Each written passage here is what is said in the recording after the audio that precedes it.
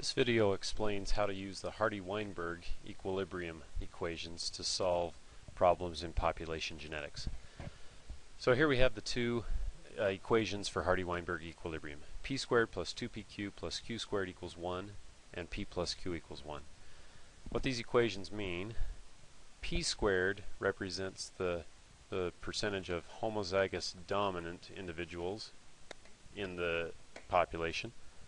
Q squared is the percentage of homozygous recessive individuals, and 2pq is the proportion of heterozygous individuals, or heterozygotes.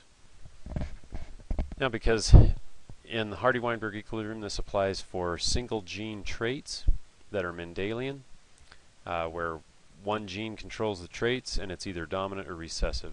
So in this example, individuals would have to be either homozygous dominant, heterozygous, or homozygous recessive. So if you added up all those, they'd have to be 100% of the population, or 1.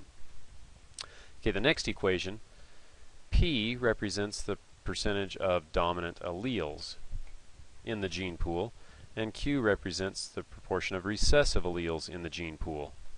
And since the dominant plus the recessives have to add up to 100% of the alleles, then P plus Q has to equal 1. Okay, now let's use this information to solve some problems.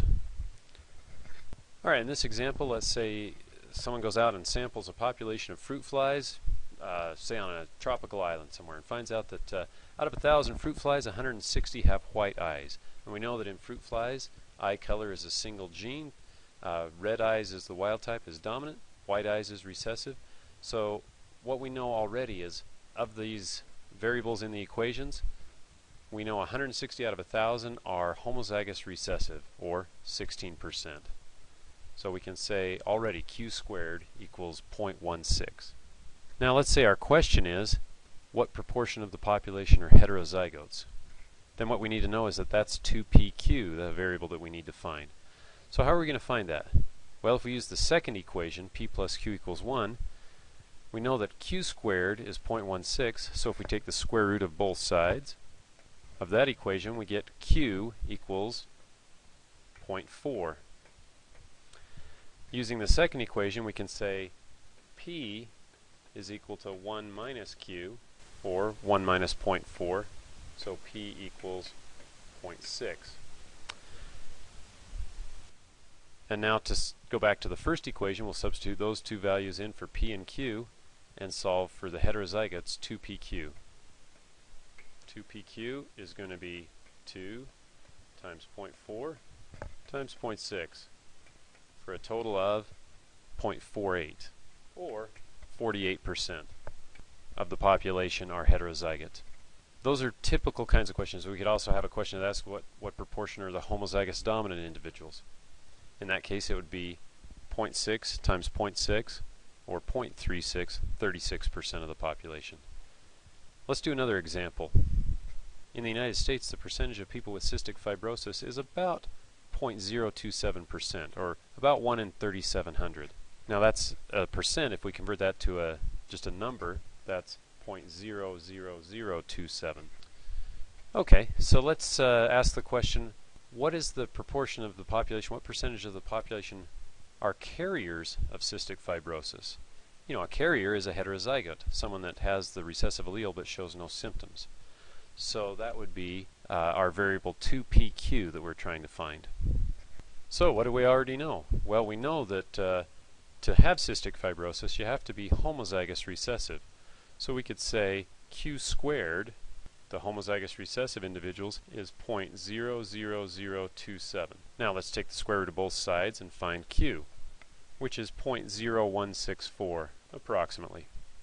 Now that we know q, the next step is to substitute that into the second equation, p plus q equals 1. Let's rearrange that equation to say p equals 1 minus q. Since we know q, we can write that, so it's 1 minus 0.0164, or 0.9836. Now that's p. What our question is what percentage are carriers, which is 2pq. But now we know p and q, so we'll substitute those into equation number 1. So it becomes 2 times 0.9836 times 0.0164.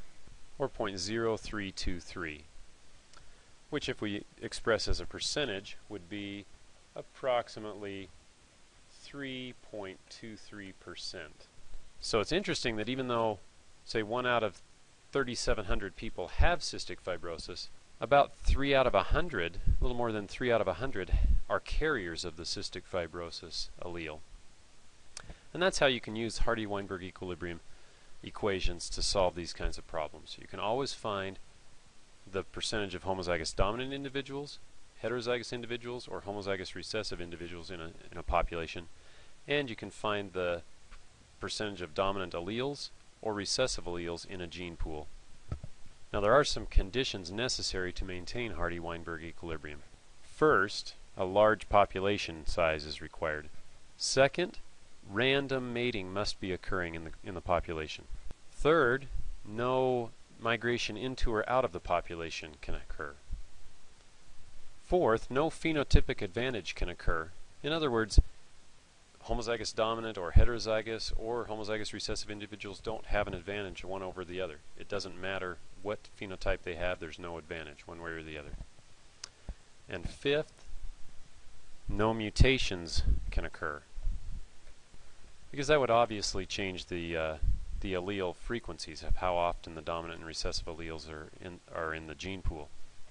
Now, of course, when you look at these requirements, people always say, well, that never happens, that just can't occur. And that's the point of Hardy-Weinberg equilibrium.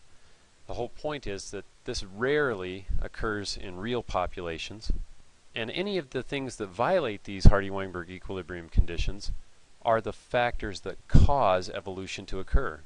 Because if we define evolution as a change in the allele frequencies of a population's gene pool, then of course any of these that violate those conditions is going to result in changes in those allele frequencies. So we can actually use Hardy-Weinberg equilibrium to measure how fast evolution is occurring, and then try to sort out, well, what conditions are being changed in that population to cause it to evolve. So it's a very useful tool for evolutionary biologists to use, the Hardy-Weinberg equations. And that's how you use Hardy-Weinberg to solve problems in population genetics and to understand evolution better.